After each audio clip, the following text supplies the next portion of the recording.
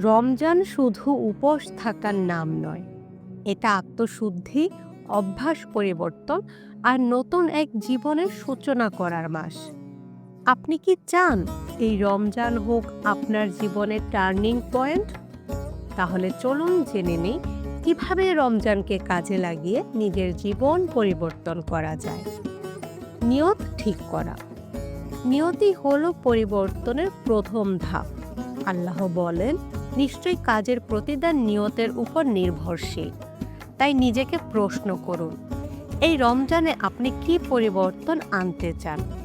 হয়তো আপনি নামাজ নিয়মিত করতে চান, গীবত ছাড়তে চান, বা কোরআনের সাথে গভীর সম্পর্ক গড়তে চান।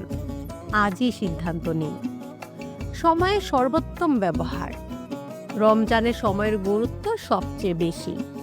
আপনি কি জানেন, রমজান হলো আত্মগঠনের জন্য সবচেয়ে উপযুক্ত সময়। তাই স্ক্রিন টাইম কমিয়ে সোশ্যাল মিডিয়া কম ব্যবহার করে বেশি সময় ইবাদতে দিন। একটা সুন্দর রুটিন তৈরি করুন যাতে তাহাজ্জুদ, তিলাওয়াত, দোয়া এবং পরিবারকে সময় দেওয়া যায়। ভালো অভ্যেস গড়ে তোলা। আপনার প্রতিদিনের ছোট ছোট কাজগুলোই আসলে আপনার জীবন গড়ে তোলে। এই রমজানে এমন কিছু অভ্যেস তৈরি করুন যা রমজানের পরেও আপনাকে বদলে দেবে। নিয়মিত কোরআন পড়া, জিকির করা, 5 ওয়াক্ত নামাজ আদায় করা, দান সাদকা করা, এই অভ্যেসগুলো আপনাকে সত্যিকারের সফল মানুষ করে তুলবে। সংযম ও ধৈর্য চর্চা।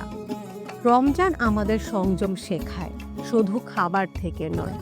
খারাপ চিন্তা, রাগ, অহংকার থেকেও নিজেকে বিরত রাখতে হয়। ধৈর্যের শক্তি দিয়ে নিজের চরিত্রকে সুন্দর করুন, কারণ প্রিয় নবী সাল্লাল্লাহু আলাইহি সাল্লাম বলেছেন, সর্বোত্তম মানুষ সেই যার চরিত্র উত্তম। রমজানের পরেও পরিবর্তন ধরে রাখা। অনেকেই রমজানে খুব উৎসাহী থাকেন, কিন্তু রমজান শেষে আবার আগের অভ্যেসে ফিরে যান।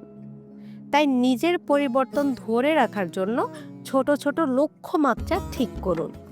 1 মাসের আত্মঘটনের ফল যেন সারা জীবন কাজে লাগে। আল্লাহ যেন আমাদের সবাইকে এই রমজানকে জীবনের শ্রেষ্ঠ রমজান বানানোর তৌফিক দেন। আমিন। আপনি এই রমজানে কি পরিবর্তন আনতে চান?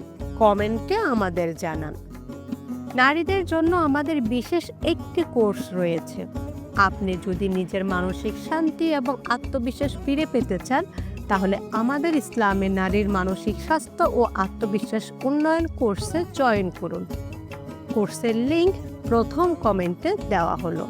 আসসালামু আলাইকুম।